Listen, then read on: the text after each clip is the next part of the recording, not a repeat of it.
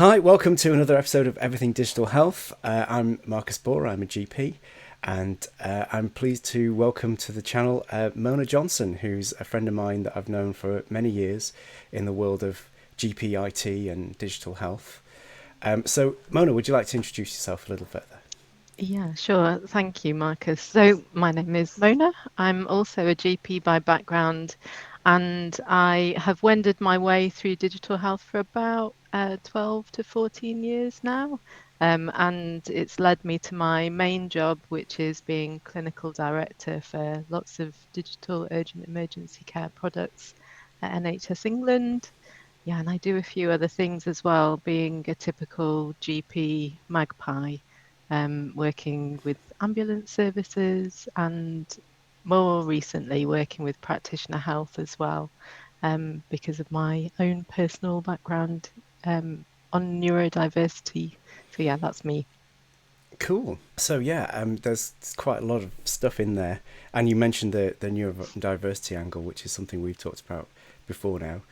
Um, do you want to tell us a little bit about how you got to where you are now? Because I think one thing that's common with all the people I've spoken to, the digital health world is very diverse. People have taken lots of different routes because there's no kind of straight arrow route. There isn't a sort of go and do your exams with the Royal College of Digital Health and you're suddenly a consultant in it. Everybody has taken their own homebrew route. So, how did you get into this? Yeah, and I think that's really true. And also, even within digital health, it's a really kind of diverse group. There's a lot of different types of roles for clinicians. And I suppose my type of role is mostly in the transformation bit, the why do people do the things that they do, and how do you engineer processes that help them to do those things better. And so that was really what kind of drew me in, being a GP effectively in a single-handed practice.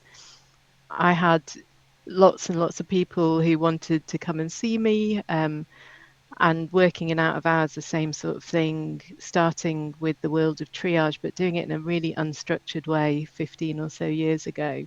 Um, to then, when they were implementing the 111 service, love it or hate it, I really wanted to be a part of it because I thought it would really help me solve my problems of access.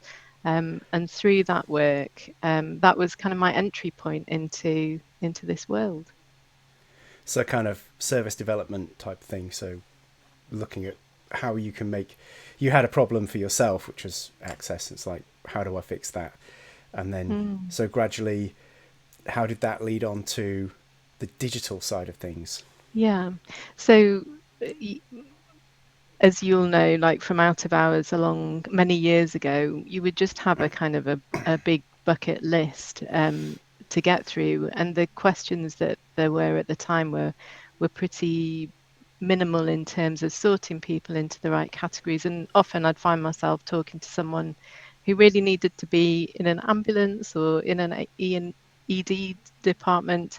Um, yeah, so that was kind of where I got into it, and doing the implementation of 111 um, gave me a bit of a taste for the NHS pathways system. And after we'd completed implementation, I worked for NHS Direct at the time. I found myself in the pathways team with all of the little niggles that I had about how the system worked, and really learned how to make the changes. How do you actually build those changes into the system? And really was just completely absorbed by the the technical aspects of it, the governance processes, all of the wrappings around it of how do you make changes in a safe and effective way. That was really where I came from. So I'm not really a clinician who codes, unfortunately, but I'm really curious and interested in how we make processes to enable people to make really smart decisions that then we encode into technology and deliver healthcare at scale. Yeah, I think that's that encoding of things into technology is the interesting bit. I think that's there's no necessity for anybody to code in terms of doing that. It's we do have clinicians who code and we do have that side of digital health, but I think that by far the majority probably 20 or 40 times more people that are involved in that process and shaping of a system, because we're not here to do the technical delivery side. We're here to provide the clinical oversight to make sure that it's right, that it's safe, that it's going to have the right effects on the patients, and it's not going to be deleterious to the staff well-being, and also like knock-on effects. You know, if you change where a bottleneck is in a system, does that overwhelm the next bit down because you've suddenly removed a bottleneck, or created a new one for that matter? So all of that stuff is the kind of thing that we're here to think about. Yeah, exactly. And I think what you're talking about is what we're now beginning to call clinical product management. It didn't, those words just didn't go together in any kind of sentence when I started my kind of role in Pathways 12 years ago. But I think more and more, as more technologies and clinicians are working in digital health, that is becoming a more defined role that works hand in hand with product managers and technologists, and kind of really Yeah, becomes a partner in delivering those types of products. that sounds quite exciting. I've never come across. I've not heard that term being used before now, clinical product manager. But I think that's quite a positive development in my view. That if that is the terminology that's starting to be used inside the big orgs, or I mean, really, we're down to one, aren't we? We're down to one big org now. We used to have so many in NHS Digital and NHS Direct, and there is an upcoming episode where I'm going to review all the defunct NHS organisations of the last 15 Yikes. years. Um, so how this used to do this, and then it got folded into this, which then became that, which then and it's a mind-numbing and bizarre experience, and very reminiscent of Joe McDonald's lava lamps analogy, which is the blobs floating around inside a lava lamp. Yeah. They split off, and then they merge back together again, and then they split off again, and really that just happens. It's a 20-year lava lamp.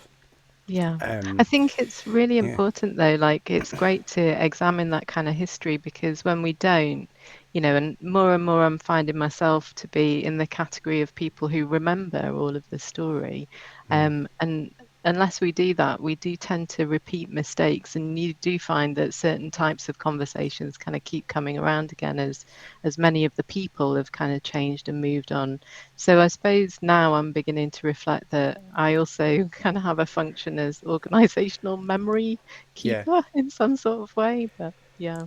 It's a shame we rely on people so much for our organisational memory, because when we write stuff down and we write it inside an organisation within which we work, and then the organisation is folded into something else, a lot of that written sort of the Library of Alexandria, as it were, of our stuff gets deleted, merged, the SharePoints get archived, all kinds of loss of information, because we've sort of chosen to rely on the organizations.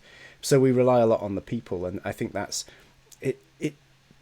it's nice in a way that it becomes about talking to people if you want to understand the history, and I'm doing a lot of that on the channel.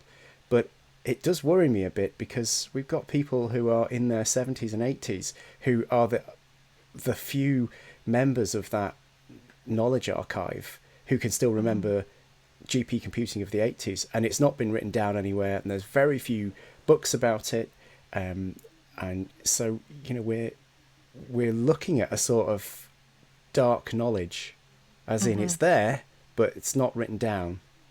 Yeah. It's a strange thing. Anyway, Yeah. back to your career. Okay. Yeah. So you've got into digital health through working with NHS 111, Direct, Pathways, and sort of thinking. So you were about service development and changing things like that. And so, what is it that digital systems? What excites you about it? What has kept you in this role? Yeah, I think, I mean, There's a couple of things really. One of them is about, I am a bit of a geek in my own particular sort of a way, and it's more about processes than anything else. I really like to look at why and how we do things. I'm not really that interested in what we make at the end of it. There is a bit of me that thinks, oh yes, that's cool, but actually, there's something about the process and the engineering that really interests me about how we manufacture digital products, if you like, and then the impact that they have on people. So I think there's a bit of this that's about, in some way, I think many of us who work in this field kind of project a bit of ourselves and how we would interact with patients into the products and are able to see how that can then be delivered at scale. We go from that one-to-one relationship to a one to kind of millions relationship. And it, I think in that it's really first of all, you have to be really clear on why you're doing whatever you're doing. And I think it kind of drives forwards a sort of a desire to examine, what are the outcomes, what happens, and to have that data back in much greater numbers to sort of steer and guide you.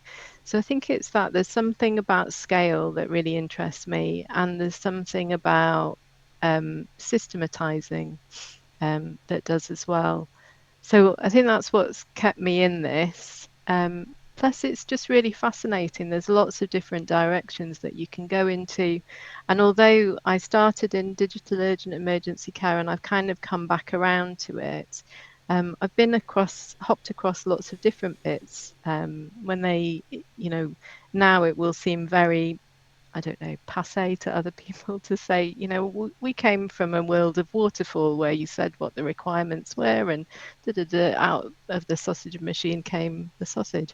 And now, when they started to introduce Agile, maybe about 7 or 8 years ago in the centre, we had to go through a process of like really re-examining what are the clinical oversight and assurance processes that we would put around an agile methodology. Yeah. And that kind of creative process is also the part that has kept me in this. I'm really interested in that. And I think it's that aspect of creativity that you can sort of see something come out of it. And even if that something is articulated in like ones and zeros and tables on spreadsheets, I do still find that really fascinating. And I think there's a little bit more to go for me yet, which is about really being able to close the loop on proper learning health systems so that we do the right things, we learn, we iterate, and then it really feeds back in a kind of proper closed loop fashion. Yeah. That's the bit that I think is the hardest, isn't it? Closing the loop and making it so that when you're doing agile development, certainly from a technical point of view, the thing that allows you to be agile is testing. So you build in your automated guardrails that are running all the time. Every time you make a change, you have a whole load of automated software tests that check that you haven't broken anything by your new change. And it would be great to have that in medicine, test-driven medicine, where especially at the scale where we're talking about millions of people, that we could set some absolute limits on what is okay and what is not okay, and apply those in some kind of automated way. So whether it's a website or a service or something like that, is to have some way to define these things, and there's no reason why they would need to be code. They could be, plain English, but definitions of what we consider acceptable clinically, and have better ways of bringing that into the way that we deliver the service, so that you can say, here is our test harness, and if you've got your service, you make an agile change, does it still pass all the tests? And that way you get a compounding effect, because you've got your tests, you now make an improvement. With that improvement, you can put in new tests that make sure that your improvement doesn't get regressed at some point. So that over time, you're developing and refining these concrete ideas of what we think is acceptable. And in software, they have all this, but of course, they're not dealing with abstract concepts like us. They are dealing with concrete code. So it's a little bit Mm. more difficult to get from where you are in sort of policy and development of a service to making that happen. But I'd love to see it happen. You know, um, Yeah.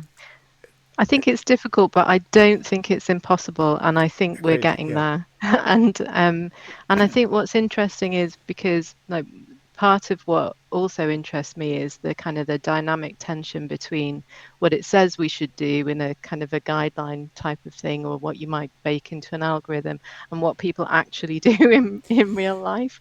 And I Mm. think there's something really interesting there. There's definitely data that, we don't yet know, I don't think, which one is right. And I'd really like to learn that. That would be something that I'd be really interested in. Yeah, so I think there are ways to examine this, but it is about kind of getting the data around outcomes back and folding it back in a really complex, complicated system. Yeah. Yeah. We don't really have a good way of tracking a patient around the system in its entirety. So the whole journey. What you'd really like to do is in a not in a privacy invasive way like they do with Hmm. sort of link tracking or pixel tracking or something, but if we wanted to study how a patient comes into the system, which website they visited, uh, what the outcome was over that journey, and then sort of look at the whole thing and say, did they end up at the right place in the first place? Were they at the right front door? And Hmm. then were they sorted through the system in the right way? And then did they get the right outcome? Because if you could see those loops, you would be able to see the ones that didn't fit in. So that might mean either the front door is not attractive to the right patients, somehow they're going to the wrong front door, Yeah. or there's a service that's missing. Because sometimes Hmm. that's how you know there's a service missing, because people keep coming to the wrong front door and saying I need this, and it's because nowhere else in the system is providing that feature for them or that function. Yeah.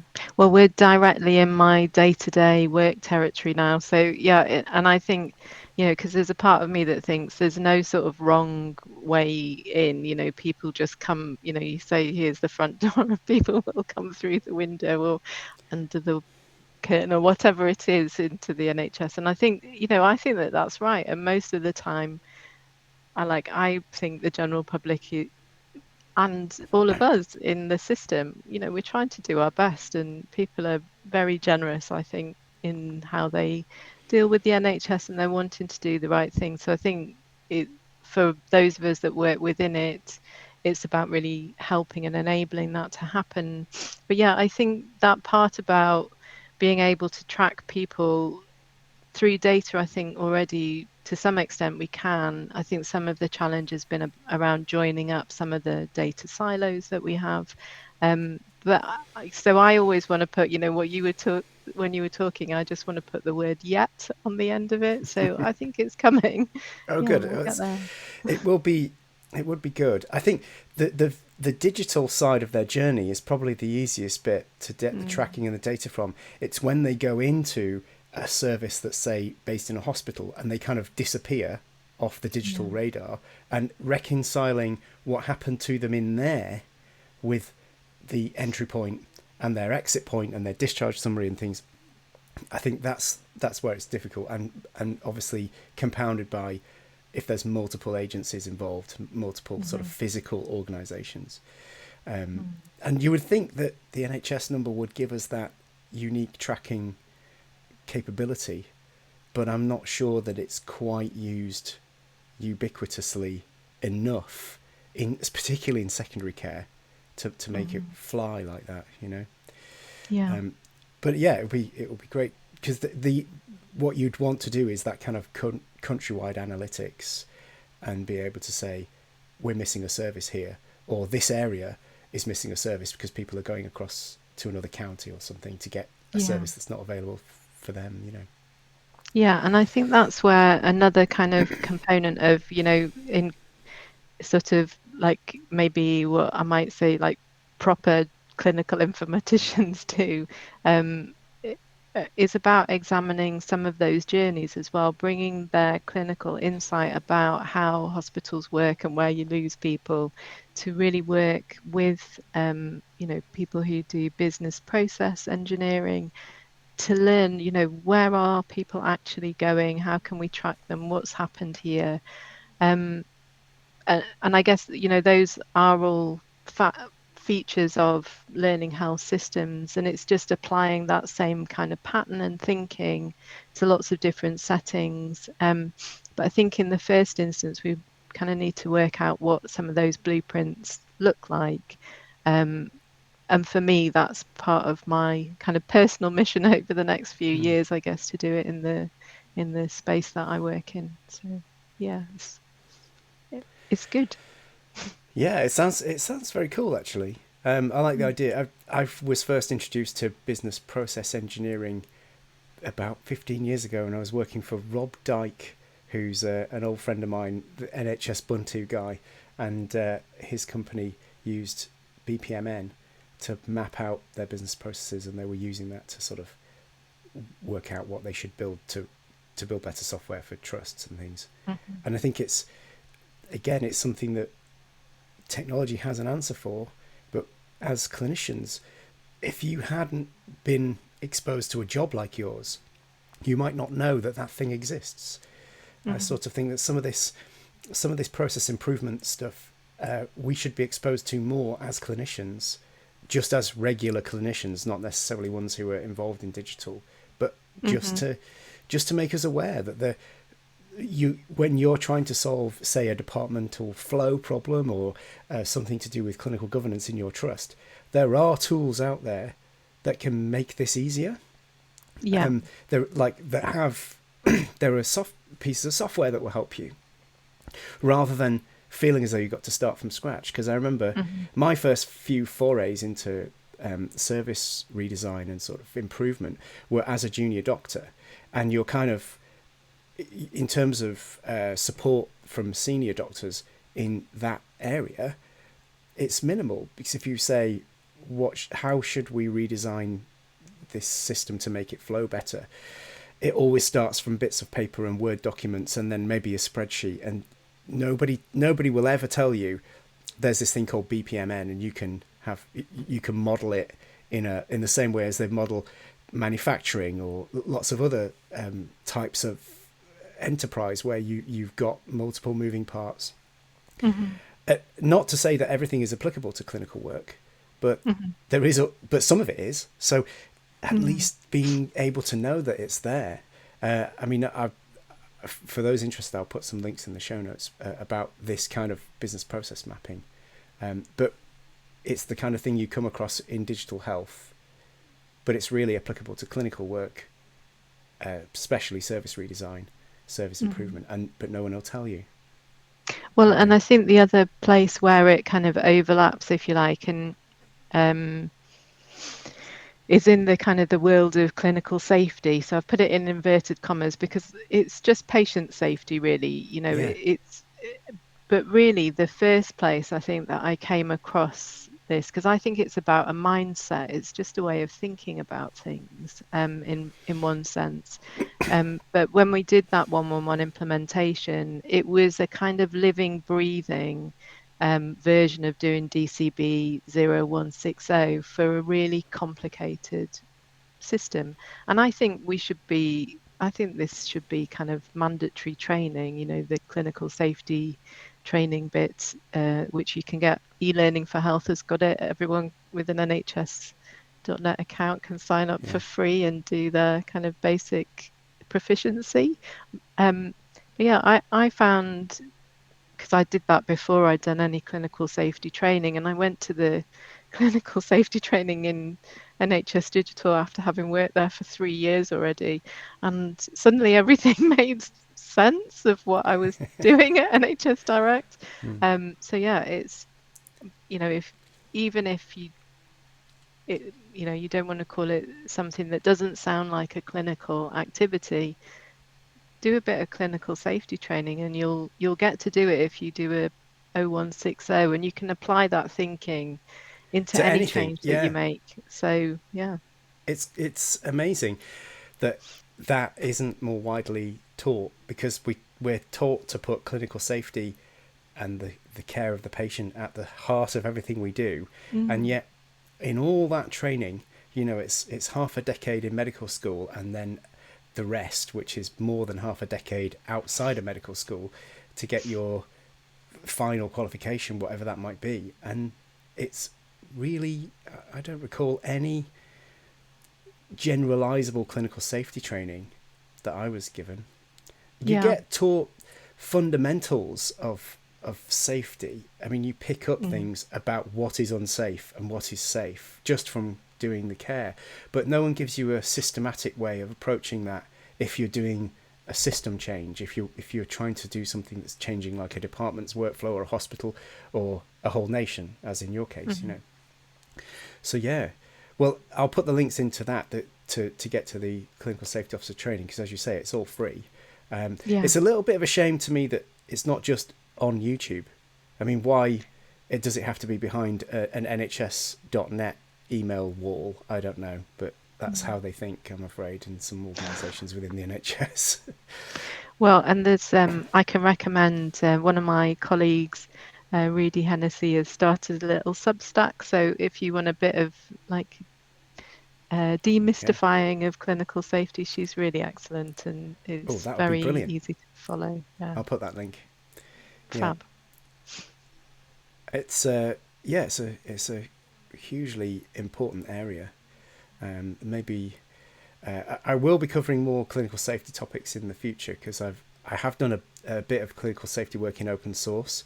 Mm. Been trying to sort of push the idea that clinical safety cases, for whatever they are, whether it's software or these things can be used for any part of clinical care, they should be public, because that's Hmm. the only way you get total accountability, and the vetting, the many eyes looking at the thing and saying, hang on, you've missed something here.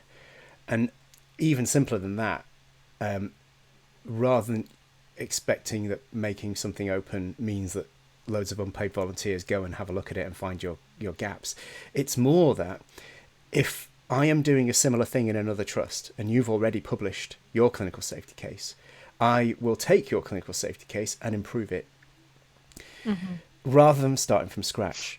So that means that I'm less likely to miss something that you've thought of, and I add what I've thought of, and you can have that back. If everybody does it in the open, and we sort of break the prisoner's dilemma, as it were, and just say, let's all do it in the open, then nobody is at risk of Hmm. criticism, and everybody benefits. It's yet to catch on, I'm afraid, the idea of doing clinical safety cases in the open.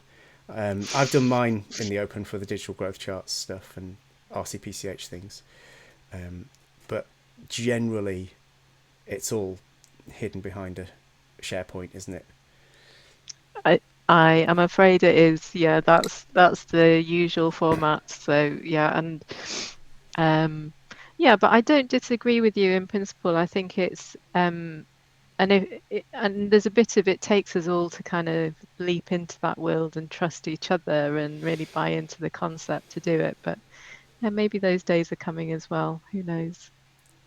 Yeah, I mean, I think it's possible to get there. I think it will gradually catch on, hopefully, the idea that Hmm. openness brings transparency and accountability.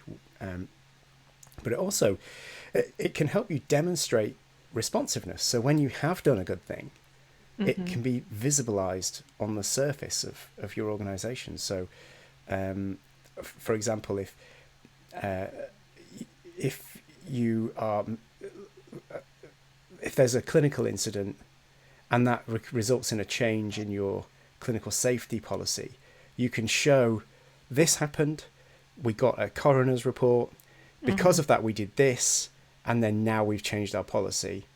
And all of that's reflected on the outside, so it's visible that you've made an actual material change. For me, as because I do a lot of software development, you can sort of see a parallel in the way that we do software development. If there's a bug report and an incident or an issue, and then when that issue is fixed, you can see the code that fixed it, and that's all visible in an open source project. So you can actually see the journey and that closed loop is happening in software, and we could make it happen in healthcare as well, but it's just that little nudge towards let's do everything in the open, and maybe that requires there to be less of a punitive system, or we need a blame-free system to say it's okay to report an issue. You're not going to be bringing your trust into disrepute by reporting this issue publicly. Yeah. That sort of those kind of protections maybe are the things that are needed before people will do it. Yeah, and I think for me, we grow that kind of culture within individual organisations, and it's certainly something when we were at NHS Digital that we developed within our own four walls, I guess. And so a part of, or one of the big uh, projects that I did, my little legacy, I think, or one of them was developing a more systematic clinical governance and assurance framework there, which sounds incredibly dry, but it's actually exactly what you just described. It was something like, we're starting to get these incidents from here. What does that tell us about how good our safety case was? What can we learn so that we do this better in the future? And it's really about that kind of process of learning, and that we really know well in what's called clinical governance, but having those types of assurance frameworks and sharing between teams as well, uh, that was a kind of a step forwards where there can be a bit of, you know, everybody likes to be working on their own special project, and it's different over here because of whatever. But yeah, being able to share that learning, kind of, I think, I mean, this sounds a bit too highfalutin, but like democratizes safety in a sort of a way, which I think is positive. Yeah, I mean, absolutely. That is what we have to do, really. Um, if we if we don't already have that, then we've got to make that change so it does happen. Hmm. I certainly my interactions with the system, the bigger system, around clinical safety, were not great. I the times when I've had to sort of report a clinical safety issue, even with a piece of software, where I was connected to all the right agencies. At the time, I was the chair of the health informatics group of the RCGP, and it was still a real pain to get attention on a serious clinical safety issue with some software. And I was fobbed off a number of times and told, this is, the problem exists between the keyboard and chair, as they say, PEBCAC. It's the fault of the practitioner doing it wrong. It can't possibly be our software. And so we need to get to a point where I would like it to not require any special skills to be able to just report that you had a problem with some software and be believed and have that Yeah, taken seriously. I think that's really important. yeah, And and I really sympathize with that because I think it's still too much maybe the case that there needs to be, and maybe that's another part of what some of the roles are in digital health, is that kind of and also maybe a bit of the what makes somebody good at the job, I guess, is that willingness to kind of advocate. So a sort of a persistence. I mean, some people might say that I'm just stubborn a lot of the time, but I think it's persistence in a positive way. To kind of think, well, this isn't right, and something needs doing, and we can do better. I think it's usually what drives people into these sorts of jobs and keeps them there, because the doing better is probably it's always kind of, there is something better that can be done. So yeah, it's each little step along the journey. But yeah, it can be really difficult to get traction, and especially I think because, in the way that clinical safety training isn't sort of mainstream, whereas patient safety is something that we all know about, that kind of literacy in digital systems is also not really part of the mainstream. It's seen as a separate yeah, interest, when actually it's a part of everybody's day-to-day work. And so we probably need more. and maybe there is more now in training in undergraduate and postgraduate around the informatics skills that you need to work in this type of system. Yeah. I mean, I love the idea that personal persistence and that sort of thing is what draws us into these kind of things. And maybe there's an attitudinal side of it, and there's also a, some people find it easy to work in a system that isn't optimal, and other people just can't do it. I mean, I found it very stressful working in really badly organised units over my clinical career, to the point where I didn't go home and de-stress. I was just as stressed when I was at home because of thinking about these things. But it forced me into trying to understand the system and fix the systems. Now, the buffer you come up against in clinical work is, sadly, it's extremely difficult to get to be allowed to improve things, or even be part of improving things, especially as a non-consultant. And I think that's something I would flag as a strong criticism of secondary care and the sort of culture of secondary care, is that if you're not a consultant, you're considered to be nothing. And it's to some extent dehumanizing. And it also means that some of the most important voices that should be heard around the table of those meetings about service improvement, about systems design, the junior doctors, the resident doctors as they're called now, they're not heard because they're too transient. If they say things that aren't agreement, that's considered to be insubordination as opposed to a genuine wish to make things better. And I think that culture, I would like to believe that it's got better now. Maybe it has, but certainly when I was in full-time hospital and training grades, it was very easy for people to ignore what you were saying, because they could say, well, it doesn't know much. It's only been a junior doctor for 7 years, and like in any other profession, 7 years tenure Yeah. is actually regarded as like, oh, this guy knows some things.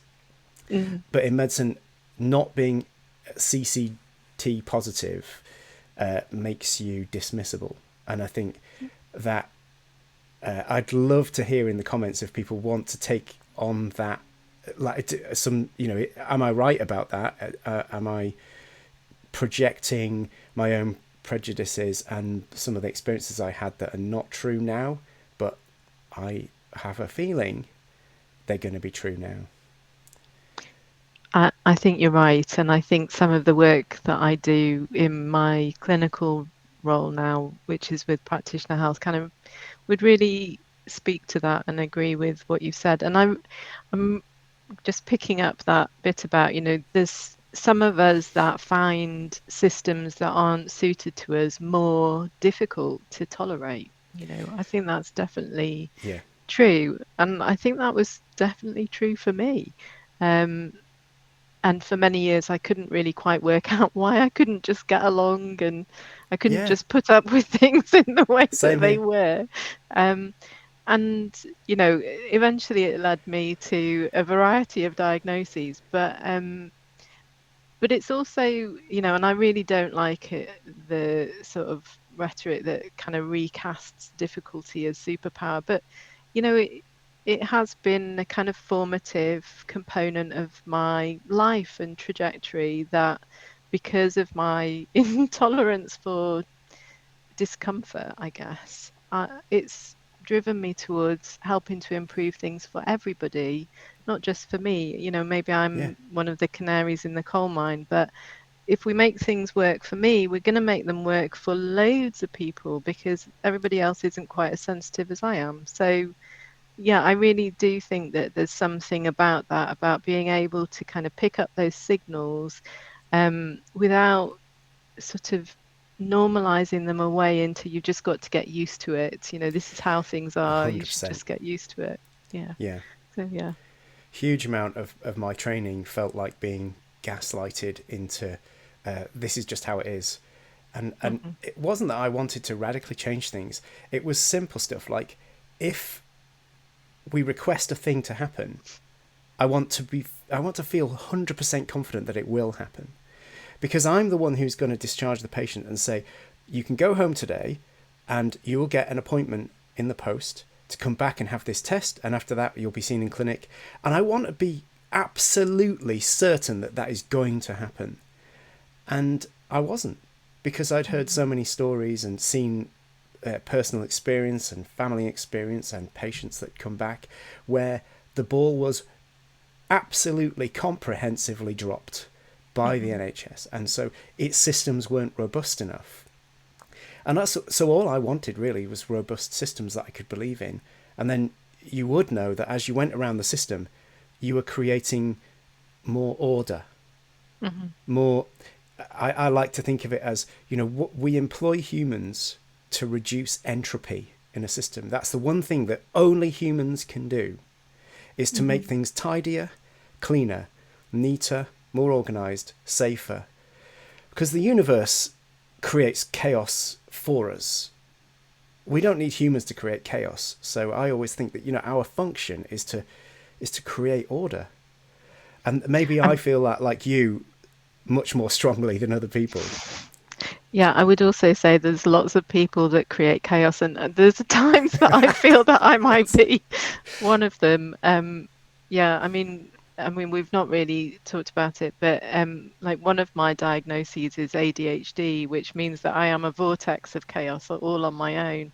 And yeah, it's interesting because it sort of means that I have a kind of I think it also kind of drives a creative process. That's sort of the sort of mind that I've got, and a restlessness that in some settings will be very disruptive, but in the right place will be really, really helpful, creative, and I think that I've been fortunate enough to have had the opportunities to use it to my advantage after many, many years of having to kind of tamp down my natural tendencies and my difficulties with certain types of environments or certain types of people, and I really like the knowing that you do this, it leads to that, and then that happens.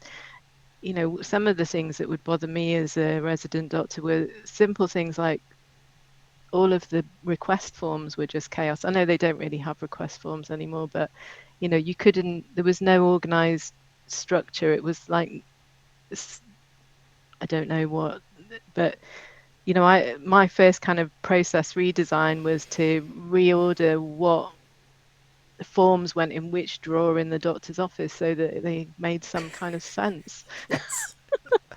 But it's little things like that that I think they make a big difference. Actually, they seem so small, and yeah. Maybe that's a sort of a telltale sign, because my redesigns were very similar. I remember being a pre-registration house officer in 2000, back when they were called that, and every ward that you were called to had a drawer for the consumables that you would need to recannulate a patient, so put in a new drip, and they would all be different. Every single ward, and you might be called to about 20 different wards, all have a different layout of this drawer, and or some of the stuff is in other drawers somewhere else. And I tried to suggest that we could just, that one drawer, not everything else, but just that one drawer would be kind of kept similar across all the trusts. And you would have thought that I was asking for, live brain transplants to happen. It was regarded as something like impossible, and I just thought, if we can't do this, how can we do any of the big stuff? This is just a simple optimization. The more that you can optimize these things for the people who are doing the work, the faster they'll work, the safer they'll work. And in the aviation industry, there is no argument about this kind of thing. You don't get arguments about can we put the throttle knob in the same place in every plane cockpit, please. That's already done. we absolutely understand the need for standardization around these things, especially where, you know, muscle memory is involved and where there's stressful situations, which includes medicine, you know. And yet, and that those kind of things, it's very difficult to get those things changed. And Yeah. one of the attractions for me of a career in digital health is that gradually I got to the point where some of these things I had a bit more control over, and I could put in the level of optimization and safety that I wanted to. So Yeah. maybe if you're out there, you know, if there are people like us out there struggling in a clinical role, maybe that's a sign that the actual bigger world of service improvement needs you. You know, we need those kind of people who are creatively detail oriented. You know, you've got to Yeah. be able to see the whole picture, and sometimes I think clinical medicine just isn't ready for you. Yeah, I think that's exactly right. And I think, and it's that bit between, the being, because my autistic side is irritated by the sort of the gravel in the shoe part of the fact that the cannulas Yeah, are in a different bloody place in every ward that you go on, and versus the big picture part of me that's able to kind of pan out and sort of see the whole pattern as well.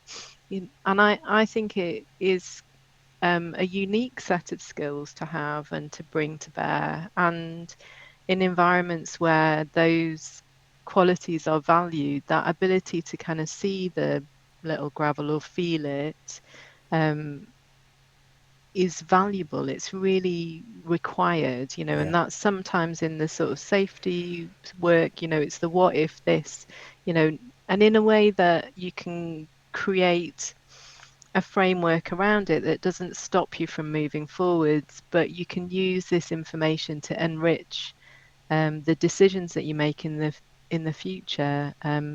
Yeah, I think it's been a double-edged sword, but I'm on balance. I'm glad I am the way that I am. So yeah, well, yeah, we it's a need strange we one. need people who are thinking that way to make things better. And as you Mm. say, you know, my hope is just like yours, that by standing slightly outside the mainstream system, looking in, get that sort of outsider perspective, and try and fix things, then I can hopefully fix things so that the clinicians on the ground who are just doing the day-to-day job, it makes their life easier. They might never Yeah. know how, and they don't need to. It just became easier one day, and something got fixed. You know, that to me is the great thing about digital health, being able to make changes at a national level, or, you know, sometimes even international level, solve Mm-hmm. problems at that scale. Yeah, Yeah, definitely. I'm totally on board with that. And I think it's like you say, an ability to sort of stand outside. And so I think there are lots of people in medicine, and when I went through my journey of diagnosis, I think there were times where some of the colleges said that they couldn't, almost that it was a non sequitur to be an autistic doctor, like they couldn't be in the same sentence. But now that's not the case. There's a whole TV series about one. So, um, but it's, I think if you're the sort of person that is able to sort of stand outside something and yet belong within it, and see things with a different perspective, what you're doing isn't, then your difference becomes valuable and helpful and contributory rather than being difficult and, all the other unhelpful things that people say um, about difference sometimes. So yeah, yeah, I think it's kind of even when I went through my diagnosis, I went to the RCGP to say where is there information about this topic, and it was just completely. It felt like to me anyway. It felt absent that um, yeah, and overlooked. I think. yeah. I don't think there's much in the way of what you'd call pastoral support for people, you know, like us who are on that edge. I mean, obviously you've got a formal diagnosis. I definitely resonate with a lot of those traits, but I don't have a formal diagnosis, and but I feel like I'm if if I was assessed, I probably would be in that I like I'm so so close to that sort of mindset type of thing. But um, generally, because you're the people who are your seniors or who are your line managers, for want of a better word, in medicine, are not going to understand where you're coming from, and there's not that much out there. I get the feeling that Royal Colleges tend to be run by people who, for whom the existing system is just fine, thank you very much, and there's not that there. It doesn't seem to be anything out there talking about it in a purely medical perspective, essentially to support people who feel the way that we did. You know, if you're banging your head against a brick wall right now, walking around a ward because the DVT forms have run out and the master's gone, and you're still on a paper system, but there's a computer around that, you know, and it's driving you mad, that you want someone to say, it's not you. You're Yeah. okay. You're a force for good. The Mm. system is a mess. Come and join Yeah. the people who are trying to make the system better, and ignore the detractors that say you're a problem because you Yeah. don't just lie down like some may do. You know, some people may do. Yeah, or kind of give up. I think that's the other danger, is that people just give up, and it sort of makes them feel worse. And they think, well, maybe a job in medicine isn't for me. But actually, I think, and I do think there has been progress, and they're they're coming around. I think and it's been from kind of advocacy from the inside of the profession. So I've been really glad to have met lots of other people who have found their own diagnoses, and in one way that's helped me sort of put down the drum or whatever in that area, and just kind of appreciate, that's been part of my story, that's who I am, but it's not my main thing to do advocacy now. I think there's lots of other people who do that, but I totally agree. If you're working in a hospital or in GP practices as well, and they're saying, well, this is just the way that we always do it. We set up our appointment book like this because we've always done it like that, and that's it. You just have to fit in with what we say.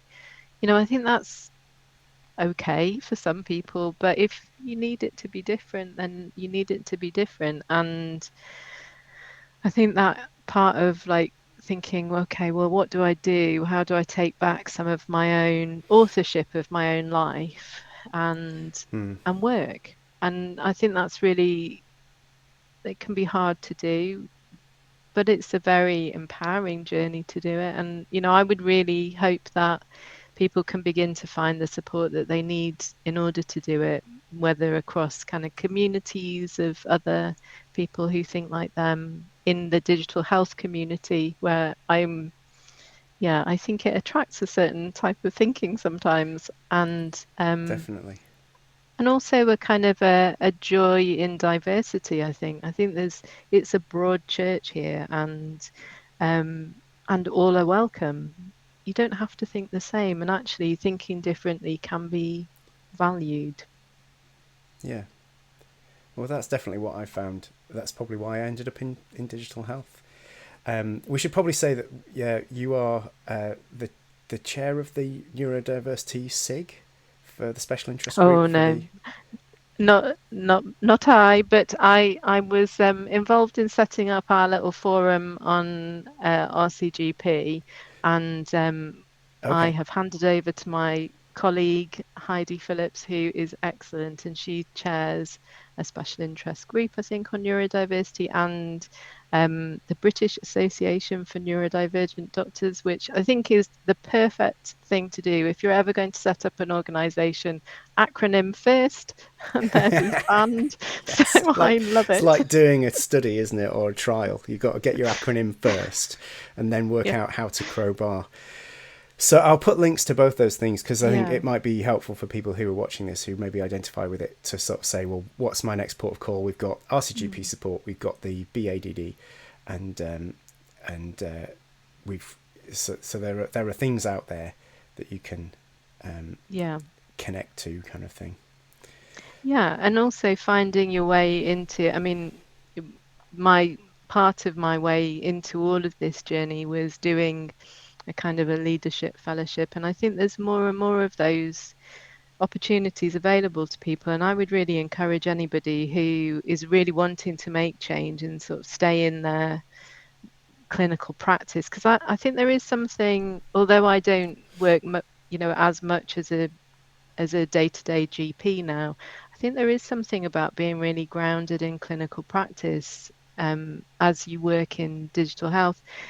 For me, in any case, it really helps to understand the systems that people are working in, and to bring some of that intelligence back in to the work that we do.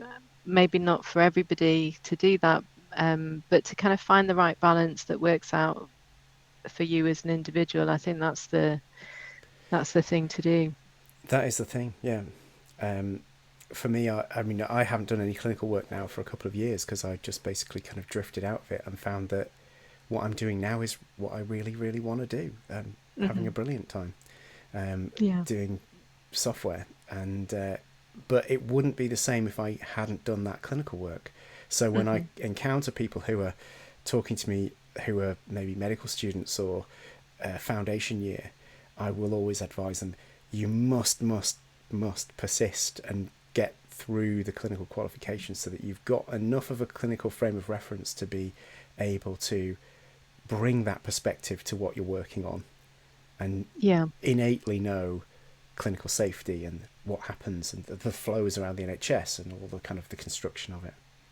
Yeah, But definitely. I completely agree with you. It's that really good grounding that means that you've got that kind of credibility, and credibility not only in the work that you do with your colleagues who are maybe developing tech, but also credibility for me in my job. It's important to be credible with my clinical colleagues. Otherwise, they're just maybe not going to buy what we're yeah, selling sometimes. So, yeah, it has its advantages, and yeah, it's useful. But yeah, I think that sort of a maturing journey that you get as well by having those many years of experience, because sometimes, and it's a really difficult balancing act. I think sometimes the frustrations that come very early in your career, I can see why it would drive people out of it at an early stage. And yeah, maybe it's incumbent on all of us that are a bit further down the road to try to make the conditions of um, working better for those who come behind us, because we need people to stay in the system to learn the practices and to come and be the us of a few years in the future. absolutely, we do. Yeah. Um, Thank you. I mean, that's been a really nice discussion of how you got to where you are, and how your slightly unorthodox journey into it, which is shared by many of the people that I talk to, um, and uh, and also your experiences of that sort of neurodiversity in clinical work and also in digital health. So that's been a really fantastic journey, and once again, just thank you for coming on the channel, and uh, very likely we could have you back to do some of this in more detail. Maybe a sort of deep dive on neurodiversity would be quite interesting. Yeah, But thanks so equally, much. yeah, Yeah. Thanks for having me, Marcus. It's been a really lovely conversation. Thank you.